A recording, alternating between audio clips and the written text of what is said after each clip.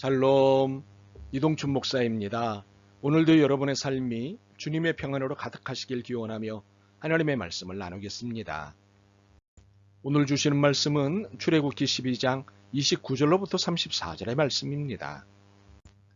밤중에 여호와께서 애굽 땅에서 모든 처음 난 것, 곧 왕이 앉은 바로의 장자로부터 옥에 갇힌 사람의 장자까지와 가축의 처음 난 것을 다 치심해 그 밤에 바로와 그 모든 신하와 모든 애굽 사람이 일어나고 애굽에 큰 부르짖음이 있었으니 이는 그 나라에 죽임을 당하지 아니한 집이 하나도 없었음이더라.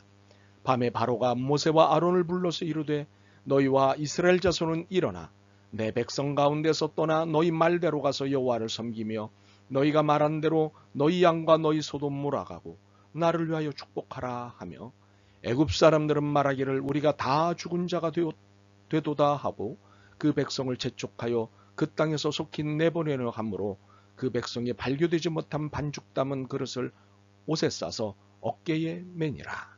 아멘. 출애굽기 12장 29절로부터 34절 말씀을 본문으로 믿음으로 맞서기 라는 제목으로 말씀을 나누도록 하겠습니다. 계란으로 바위치기라는 말이 있습니다. 아무리 애써도 안 된다는 뜻이죠. 부정적인 마음, 체념하는 마음이 들 때 주로 사용하는 말입니다. 그런데 이런 말도 있습니다. 낙숫물이 바위를 뚫는다. 가랑비에 옷 젖는다. 아무리 대단해 보이는 것도 언젠가는 넘어뜨릴 수 있다는 뜻입니다. 한번 용기를 내볼 때 긍정적인 마음으로 사용하는 말입니다. 여러분은 이 두 말 중 어느 말을 주로 애용하십니까? 사실 어느 것을 더 애용하느냐의 문제는 개인의 경험의 문제이기 때문에 정답이 있을 수는 없습니다. 특히 선악의 문제가 아니기 때문에 더욱 그렇습니다. 그러므로 부정적인 마음을 가질 수도 있고 긍정적인 마음을 가질 수도 있습니다. 이런 것으로 옳다 그르다를 평가해서는 안 됩니다. 그러나 대상이 선악을 가리는 것이라면 문제는 달라집니다. 악이라면 그것을 제거하는 일이 비록 계란으로 바위치기라 해도 포기해서는 안 됩니다. 선을 추구하는 일이라면 낙숫물이 바위를 뚫는다는 것에 확신을 가져야 합니다. 정의에 관한 한 선택이 아닌 원칙의 삶을 살아야 합니다. 어느 입장을 선택해도 무관한 것이 아니라 반드시 살아내야 하는 입장이어야 합니다.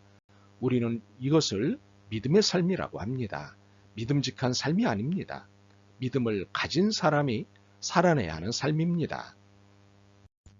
오늘 설교는 옳은 것을 추구하기 위해 옳지 않은 것과 맞서는 믿음의 삶에 대해 나누려고 합니다. 이것은 믿음으로 맞서기라고 부를 수 있을 것입니다. 이것의 모델로 본문의 모세를 소환하겠습니다. 주지하시다시피 모세는 지도자가 된다거나 권력을 가진다는 것에 관심이 없던 사람입니다. 좋은 일을 하다가 도망자의 신세가 됐기에 일신을 돌보며 사는 일에 집중하였습니다. 그런 그에게 어느 날 당혹스러운 일이 생겼습니다. 사명이 떨어진 것입니다. 그 사명은 이집트의 압제를 받는 히브리 민족을 해방시키는 일이었습니다. 당연히 모세의 첫 반응은 못합니다 였습니다. 그러나 하나님의 끈기를 이길 수는 없었습니다. 마지못해 형 아론의 언변을 도움받기로 하고 이 막중한 사명을 수용했습니다. 마지못해 리더십을 수용한 모세가 사명을 수행하기 위해 가장 먼저 넘어야 할 산은 이집트의 왕 바로 파라오였습니다. 그의 허락이 있어야 해방될 수 있었기 때문입니다. 그래서 모세가 처음 한 일이 파라오를 찾아간 것이었습니다. 그러나 드러내놓고 히브리 사람들을 해방시켜달라는 협박을 한 것은 아니었습니다. 묘수를 썼습니다. 하나님이 절기를 지키라고 하시기 때문에 광야에서 절기를 지켜야 하니 내보내주십시오. 그렇지 않으면 우리가 질병에 걸리거나 죽거나 할 것입니다 였습니다. 파라오의 답은 당연히 싫어 였습니다. 여러분이라도 그렇지 않겠습니까? 이 엄청난 노동자원을 놓아준다는 것은 미친 짓이지요. 그러나 파라오가 이 노동자원을 어떻게 확보했는지를 알면 생각이 바뀔 것입니다. 이 노동자원은 파라오에게 자발적으로 들어온 것이 아니었습니다. 히브리 사람들이 우리의 노동력을 사주십시오라고 했던 것이 아닙니다. 파라오가 어느 날 법을 개정해서 히브리 사람들을 모두 노예로 전락시키고 그 후 히브리 사람들의 노동력을 강제로 빼앗은 것입니다. 사실 파라오가 히브리 사람들에게 이러면 안 되는 일이었습니다. 히브리 사람들은 이집트의 적도 해를 입히는 사람도 아니었기 때문입니다.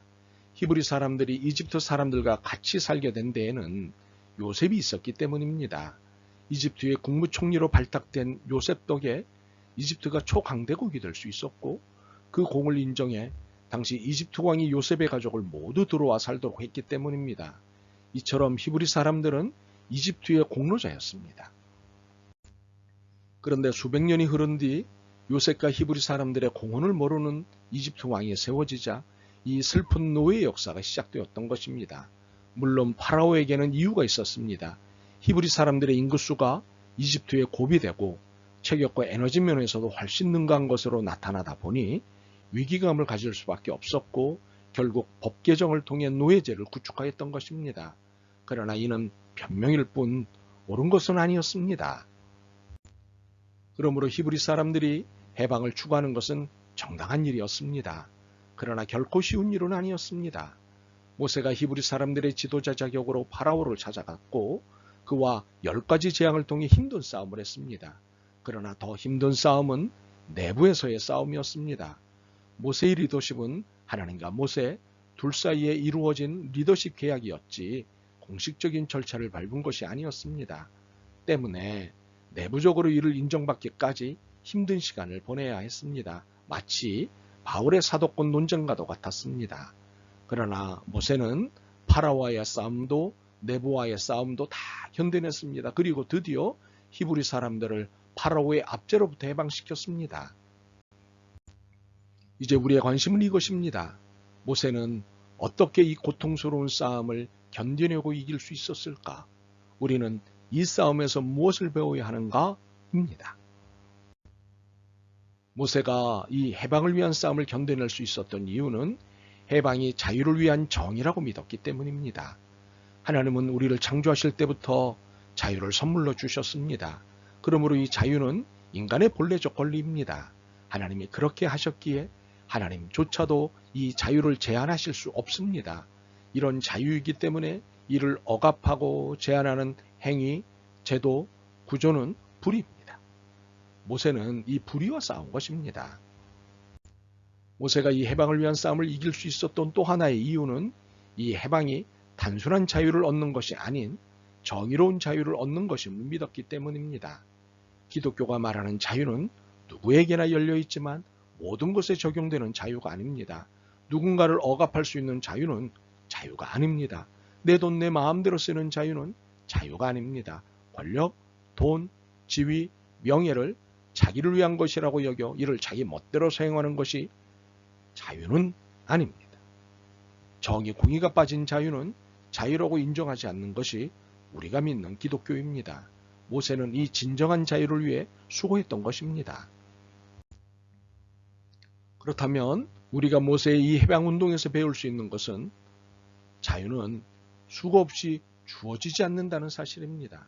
이는 인류의 역사가 증명하고 있기도 합니다. 자유를 되찾는 해방운동이 현재 진행형이라는 것은 자유를 위해서는 수고가 필수적임을 설명하는 것입니다. 모세는 히브리 사람들의 자유를 찾아주기 위해 목숨을 건 수고를 했습니다. 그리고 우리가 모세의 이 해방운동에서 배울 수 있는 또 하나는 자유는 저항하는 자에게만 주어진다는 사실입니다. 문제는 두고 보는 것이 아니라 문제를 제기하고 풀어야 합니다. 왜 이렇게 됐는지, 왜 이래야 하는지를 이해하는 것입니다. 그리고 이해를 바탕으로 저항하는 것입니다. 모세는 히브리 민족사를 이해했고 이집트 파라오의 통치 시스템을 이해했기 때문에 저항할 수 있었습니다. 그래서 예의를 갖추기도 했고 협박을 하기도 했던 것입니다. 그는 이해를 바탕으로 한 저항을 통해 자유를 얻었습니다. 그리고 자유를 얻어냈습니다. 유대인 출신의 독일 정치 사상가 중에 한나 아렌트가 있습니다. 그녀는 전체주의의 기원, 인간의 조건, 특히 예루살렘의 아히만이라는 저서들로 유명한 정치 사상가입니다. 그녀의 정치 사상에는 특징적인 것이 있는데 전적으로 자신의 경험을 바탕으로 사유를 전개한다는 것입니다. 특히 히틀러의 나치즘 하에서 유대인으로서 겪었던 그 참혹함을 그녀의 정치 사상에 온전히 담아냈습니다. 이것은 그녀의 저항 정신이었습니다. 그런데 그녀의 이러한 저항 정신은 어머니 마르타 아렌트의 영향이 컸습니다. 어릴 때부터 어머니로부터 고개를 숙여서는 안 된다, 저항해야 한다는 말을 들으며 자랐습니다. 당시 만연한 반유대주의에 대한 저항 정신을 어머니로부터 교육받았던 것입니다. 이 환나 아렌트의 저항은 말과 글 그리고 행위로 나타났습니다. 그렇습니다. 한나 아렌트처럼 우리는 고른 자유가 아닌 정의로운 진실의 자유를 위해 저항하는 사람이 되어야 합니다. 특히 젊은이들은 이 저항의 정신을 학습하고 키워야 합니다. 나를 위한 이기적 자유가 아니라 다른 사람이 있기에 내가 있다는 이타적 자유 찾기가 내 삶의 해방 운동이 되어야 합니다. 특히 현재의 대한민국은 반여성주의와 반진보주의 그리고 혐오주의가 난리를 치고 있습니다. 물론 이것만은 아닙니다. 자본주의에 기댄 소비주의, 소비주의에 기댄 이기적 자유주의, 권력지향적 패권주의 등이 있습니다. 그런데 놀랍게도 이러한 모습은 기독교를 포함한 종교계 전반에 나타나고 있습니다. 이러한 것들이 거대한 권력으로 나타나 있습니다. 이제 우리는 이 옳지 않은 권력에 소위 맞짱을 떠야 합니다. 모세처럼 정의 하나님을 믿고 맞짱을 떠야 합니다. 그리고 한나 아렌트처럼 글과 말과 행위를 통해 맞짱을 떠야 합니다. 이러한 것이 무모한 도전 같지만 믿음이란 무모한 도전과 동의어입니다. 우리는 믿음으로 좁은 문에 들어선 사람들입니다. 우리는 믿음으로 좁은 길을 가는 사람들입니다. 좁은 길은 세상의 옳지 않음에 저항하는 삶입니다. 그렇기에 우리의 평생의 황금률은 고개를 숙여서는 안 된다, 저항해야 한다입니다. 이 시대에 우리에게 정말 필요한 것은 믿음으로 맞서는 것입니다. 아멘. 주님, 오늘 말씀을 들으며 깨닫습니다. 더 이상 이렇게 살아서는 안 된다는 다짐을 합니다. 악에게 고개를 숙이지 않고 선을 위해 저항하는 삶을 살겠습니다. 악으로부터 해방과 거룩한 자유를 위해 애쓰겠습니다. 저희를 도와주옵소서. 예수 그리스도의 이름으로 기도드립니다. 아멘. 오늘도 여러분의 믿음과 삶을 응원합니다. 사랑합니다.